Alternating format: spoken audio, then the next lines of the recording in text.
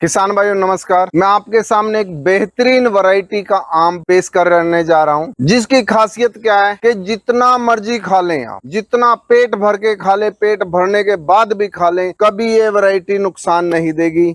और टेस्ट की तो इसकी मुकाबला ही नहीं है। इतना अच्छा इसका टेस्ट होता है कि खाते बनता है। जितना भी खाओगे कभी नुकसान नहीं देगा, गर्मी नहीं करेगा, कोई तरह के किसी तरह के दस्त नहीं लगेंगे, कुछ नहीं लगेंगे। और आज आपने ये वैरायटी आम की खाई है, कल भी अगर दोपहर बाद तक भी आपको डकार आएगी तो खुशबू 7 बैठों को भी इस आम की आएगी। ऐसी बेहतरीन वैरायटी का आम मैं आपके सामने लेके आया हूँ, जिसको मानसून में लगाया जाता है और 3 साल बाद ये फल देना शुरू करता है। दूसरे जो ग्राफ्टेड पौधे हैं 1 साल बाद ही फल देने लग जाते हैं, बट इसकी खासियत यह है कि जब तक मैच्योर नहीं होगा ये फल देना नहीं शुरू करेगा।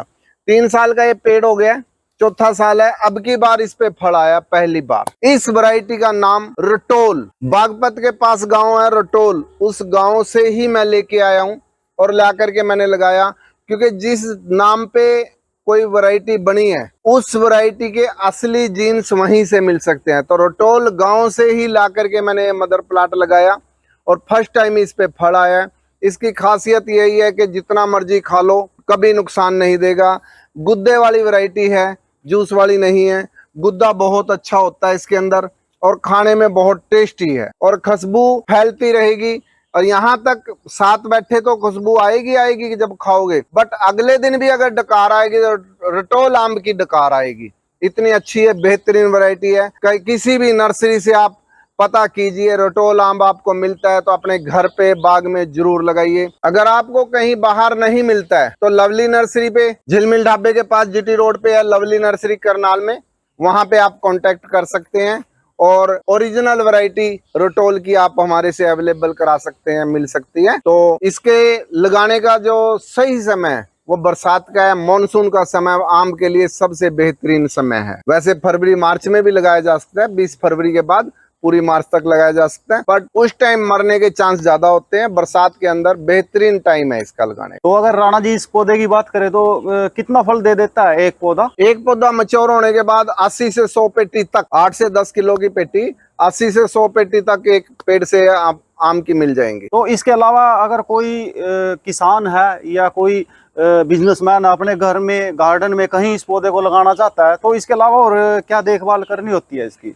देखभाल यही है भाई, लगाने का टाइम प्रॉपर होना चाहिए। मानसून के समय में लगाओ और साल में 2 बार इसके अंदर खाद, दिसंबर के आखिरी हफ्ते में, जून के आखिरी हफ्ते में 2 बार इसमें केचुआ खाद कम से कम 40-40 किलो, बड़ा पेड़ है तो डालनी चाहिए। और ये जैसे टहनी वगैरह, ये जैसे नीचे मिली हुई धरती में मिलने वाली है, इसको भी कटिंग वगैरह करना होता है? अगर पेड़ छोटा है तो टहनियों को ऊपर उठाते जाओ, कटिंग मत करो। पेड़ हाइट ले गया तो नीचे की टहनियां आप काट सकते हैं। काटने के बाद उस पर नीला थोतर चूने का पेस्ट लगाना पड़ेगा। और कितना लंबा, जैसे अन्य पेड़ होते हैं उतना ही ऊंचाई ले लेता है या कम? हाँ नहीं, पूरी हाइट लेता है।